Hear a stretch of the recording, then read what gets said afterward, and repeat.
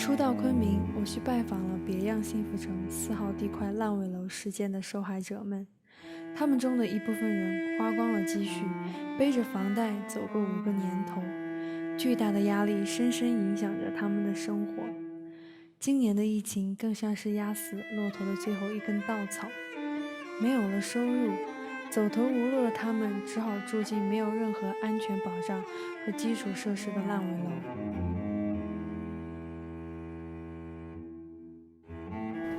然而，值得欣慰的消息是，如今楼盘已经陆续复工，曾经走投无路的他们也已经住进了政府免费提供的安置房。此刻，他们的心里怀着的是怎样的心情？没有，我多久就他在外面买菜，人家等着我先把家里有的把它洗出来。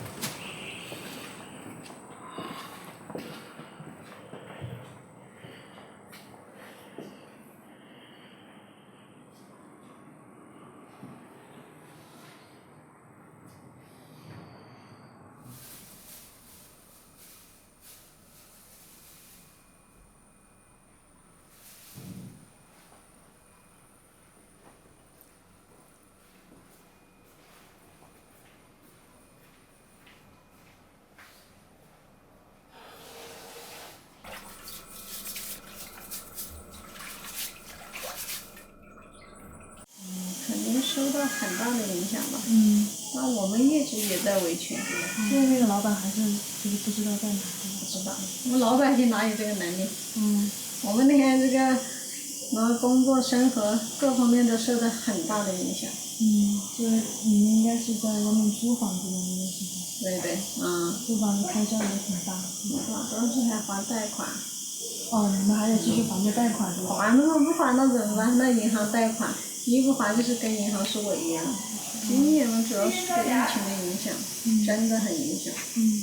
影响呢，没办法嘛，哎呀，我们现在住进烂尾楼的是小城，后来我们说，哎呀，我们也没办法，都搬进去住吧。是外面租金太贵了吗？对对，很贵。是吧？哎呀，我们也是没办法嘛，政府说给我们安置在这里3个月过渡期。3个月吗？对，3个月。所以你们只能在这住3个月？对，3个月。那明年10月份才交房，那后面怎么办？继续出去租房？政府说到时候再跟我们再协调。他说那个施工方具体是哪家来施工还没投标呢，也是要等3个月之后。我们说那我们也很期待，反正开工那就是好事。对，开工至少你们对有房子。哎，对，最起码我们有希望了，都烂尾了6、7年。大家也还是很期待，后来也没办法，那我们都是一个买一个菜，都在这里煮饭吃。都一起吃饭。也没办法。我看就是你们这些关系都很好。对，很好。都是哎呀，没有办法，都是被这个烂尾楼弄的，哎呀。照顾老人，孩子2个。你现在多大了呀？我88了。你88了哟。马上就89了。哎呦，好健康哦，看着。主要就是不抽烟不喝酒，生闷就差。再一个，到烂尾什么，不要过多的计较，划得着了，划不着了，这种亏了以后注意就得了。这个一把事就注意的，买那东西亏了，下回再来买，看看才能踩个货，就得了。不要想着我又划不着了，社会上划不着就是伤脑筋，没得价值。过了就算了，懂了。心态好人了。生命就长了。长命百岁肯定。现在我们已经过上幸福的生活了，相当于曾经是没有你这个光明，也没有电，也没有水，也没有门，也没有窗，连楼梯都没有。现在至少安置进来了吗？安置进来，政府说只给我们3个月。我们以前是在烂尾楼，大家是在一起吃，现在因为都安置过来了的话，我觉得还是自己煮自己吃，因为每家人都有老人小孩，吃的生活也不一样。生活习惯不一样。以前在烂尾楼没办法，白菜、萝卜、土豆、豆腐就是这些。一个星期吃一只鸡，50个人吃，而且都多半要来给自己的老人和孩子吃了。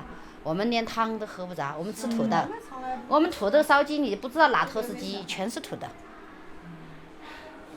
我今天我已经哭成病人了，现在天天哭。为什么哭？因为腊梅楼我离婚了，因为离了婚我没有家了，我走了很多弯路。我30多岁也想有个家，也想有恋爱，但就遇到2个人渣骗我，把我所有积蓄都骗完了。我说不是因为这个腊梅楼我会离婚吗？不是因为这个腊梅楼没有家我会走这么多弯路吗？我过2天都要饭了，因为我半年没上班，以前挣的钱做生意亏了。我一个4块钱坚持了1个星期在身上了，没有钱了。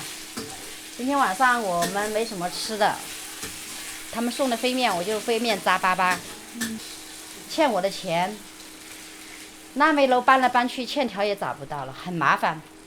我借钱跟他的人，我太相信人了，我只有他一张照片，有他一个电话号码，而且他告诉我名字还是假名字。我昨天晚上去找人查他，他是假名假姓，我就栽到这2个人手上。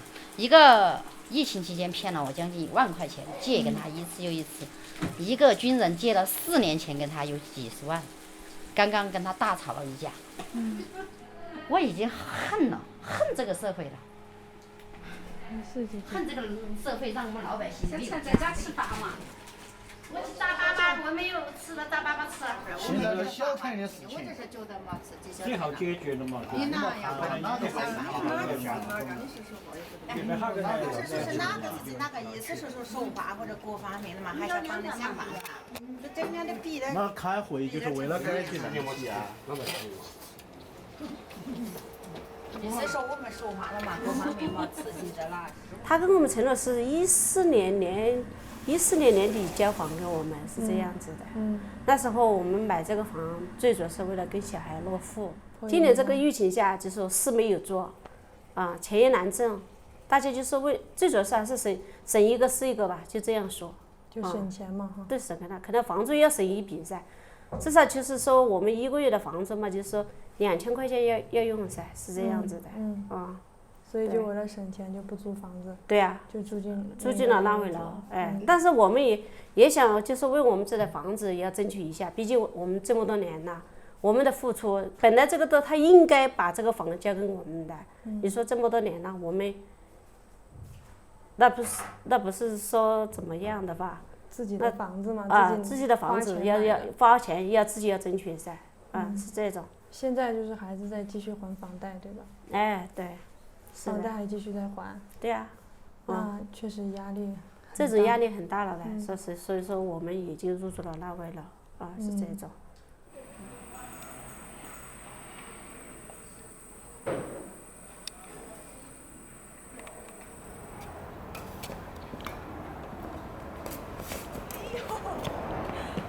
本来像我们他是给我们说是2015年的12月30号交房，但是到2015年12月30号的时候我们去找了，他又说是由于资金问题，到2016年的6月30号再交，后来我们又等到6月30号的时候我们又去找，就一直找到现在了。以前我是住在我媳妇他们老板租的一个房子里边，因为那时他租了一套很大的，是2层的，后来他又租了2间公寓，我们就一直住在里边。那时是压力很大的，要租房子，然后要还房贷，小娃又爱生病啊之类的，随时会面临这样那样的问题。就像去年你看，刚好弄到我的脚的时候，哎呀，是怎么？这个是我们在外边打零工的时候弄到的。休息了1-2个月的时间，神奇动不了，一起找过法院，找，在18年的时候我们仲裁过一次，后来说是每个月给我们1500的住房补贴，但到现在1分都没拿到，就是根本都没有这笔钱。但当时说给你们住房补贴，只是口头说吗？还是说有文件？是那个仲裁下的，仲裁下的。一个仲裁说的。嗯。疫情影响太严重了，反正没工作，最后房贷也还不起了，然后房子也租不动，才去住的。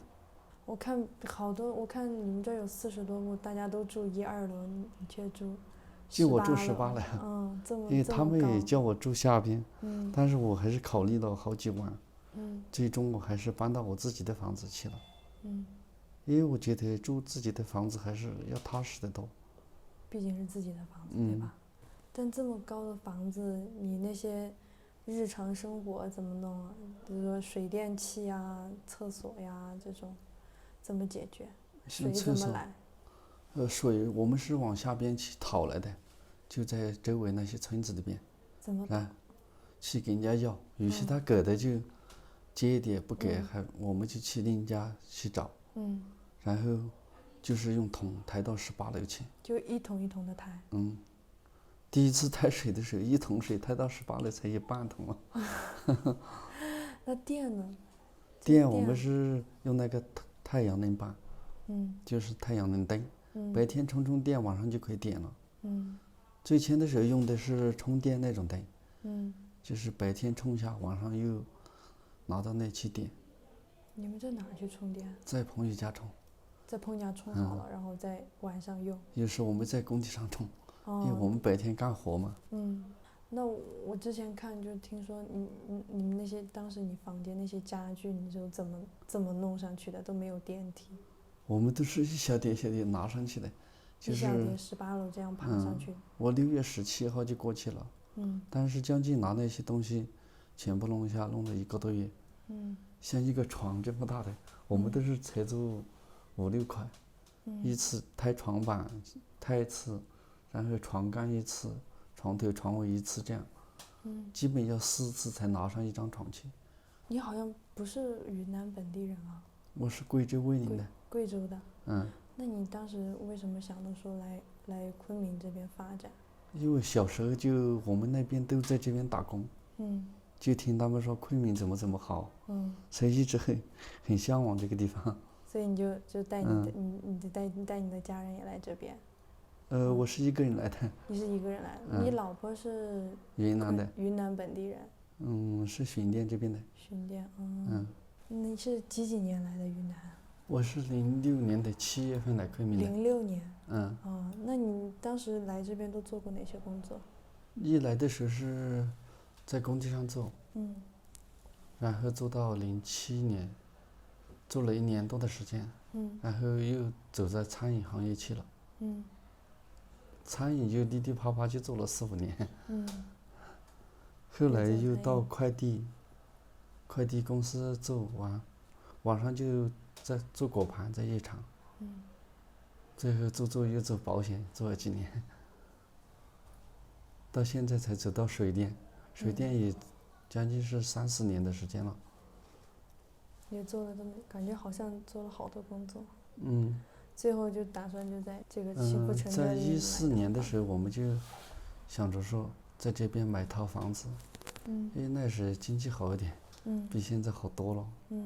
我媳妇也上班，我也上班。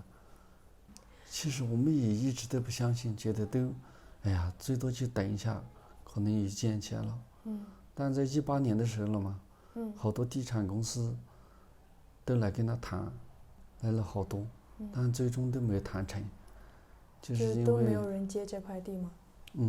因为加达利老板一直不松口嘛。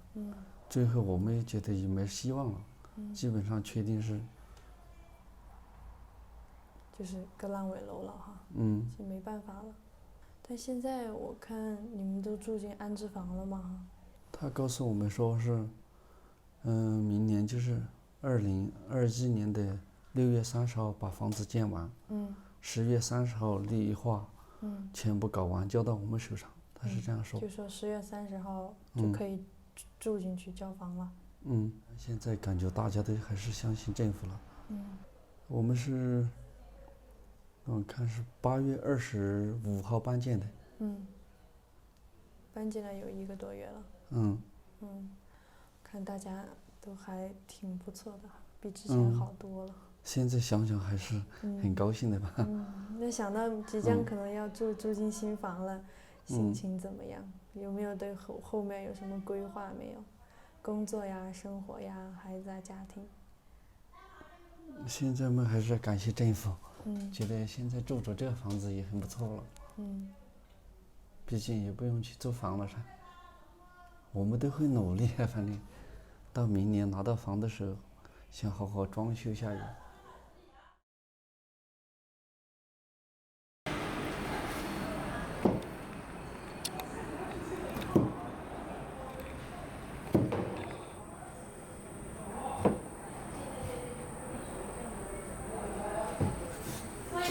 先吃了一点，再来那个晚上工作。这个你自己做的呀？来，小刘，来，老师，谢谢你的人情款待，谢谢。我给他举个杯吧，来。哇，这个鱼真的哇，感觉好棒。赶紧。在重庆火锅店，我在重庆火锅店上过班。飞饼啊，这些全是在那边学的，做了2年飞饼。能在昆明买房子，对吧？肯定很。那个人真的很自豪。比较吃的。从公鸡跳到餐饮，餐饮到夜场，又到快递，然后最后又搞到水电。我跟杨思爬18楼，我感觉我有那个恐高嘛，下来的时候我直接是看都不敢看下面。他们2个记者是爬上去说，这脚都是抖的。我觉得我们街道有这么能干的一个书记了嘛，我觉得真的不错。像这个事情，我们真是做梦都梦不到的。在我只有40岁，我还可以去奋斗，对不对？现在这个年纪怎么奋斗？像我这辈子基本上是我什么都干过了，除了犯法的事，其他都干了。背煤背矿，干啥都干了。现在三代人在外面租房子，你想想那种感觉。我家孙女进那个烂尾楼，她直接不进去，她说没有奶，这里没有冰箱，这个房子太脏了，我不进去住。一进去就可以。她说奶奶，你看看你这个床上怎么尽是沙呀？